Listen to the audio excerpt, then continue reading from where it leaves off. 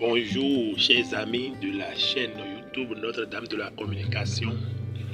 Aujourd'hui nous allons vous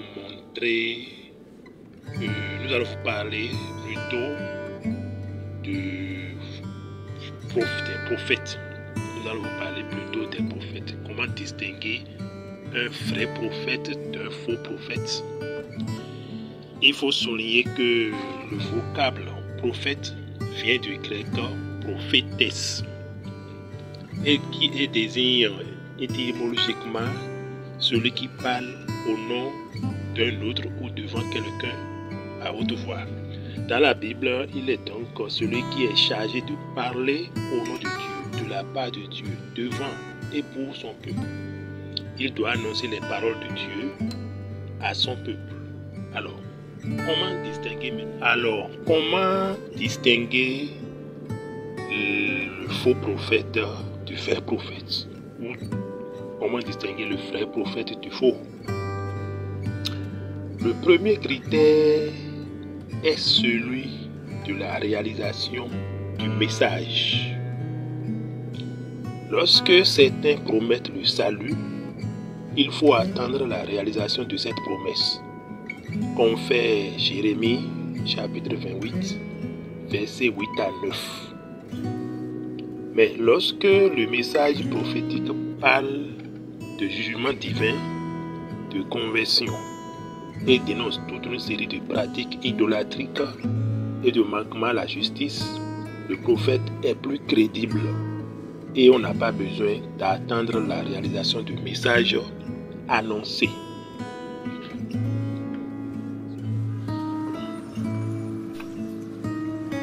Cela veut dire que le vrai prophète fait toujours des discours critiques, provocateurs, contrairement aux vains discours du faux prophète.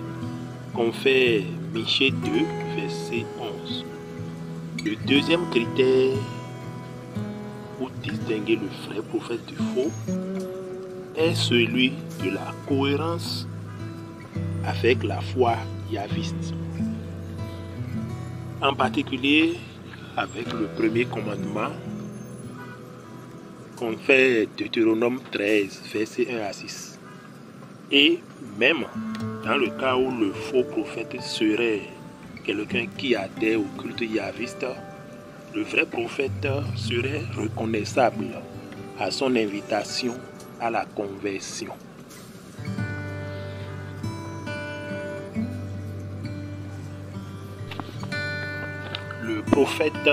Le prophète authentique peut alors devenir un guide spirituel pour le peuple, quelqu'un qui l'engendre à la foi, de sorte qu'il peut être appelé Père. 2 Rois 2, verset 12, ou Mère d'Israël, comme avec Déborah, Juge 5, verset 7. Le faux prophète n'a pas de vrai contact avec Dieu et peut consentir aux attentes des personnes qui le consultent, spécialement les riches et les puissants. Il cède et fait céder à la tentation d'instrumentaliser Dieu en réduisant son infinie majesté aux limites étroites des expectatives humaines. Le troisième critère est celui de l'authenticité de la vie du prophète. Le vrai prophète ne vit pas des avantages de son activité, ce qui fait qu'il est libre de dire des paroles désagréables et amères, et libre vis-à-vis des structures du pouvoir.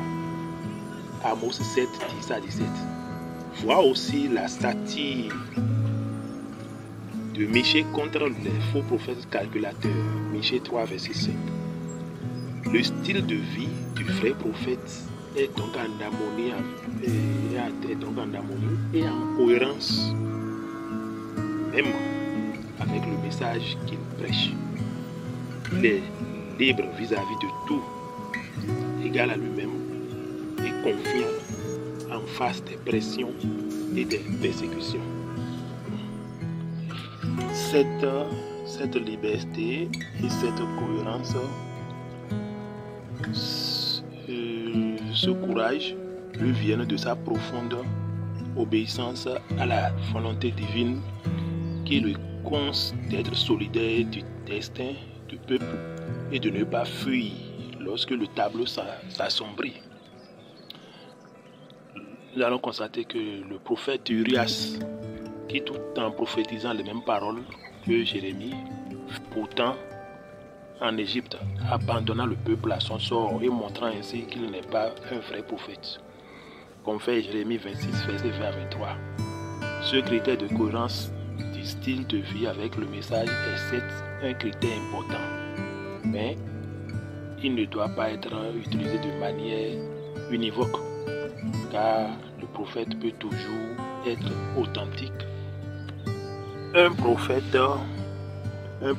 peut être authentique même lorsqu'il lui arrive d'être infidèle ou réticent, comme dans le cas de Jonas.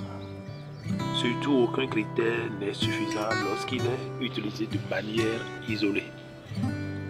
Un dernier critère s'impose, celui lié au processus canonique, selon lequel une tradition prophétique est conservée, approfondie, confiée à l'attestation écrite dans laquelle la communauté reconnaît une parole de Dieu pour elle.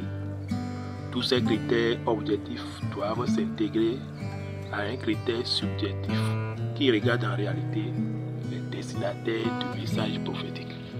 Voilà, chers amis, nous sommes à la fin de notre enseignement d'aujourd'hui. Dans les prochains jours,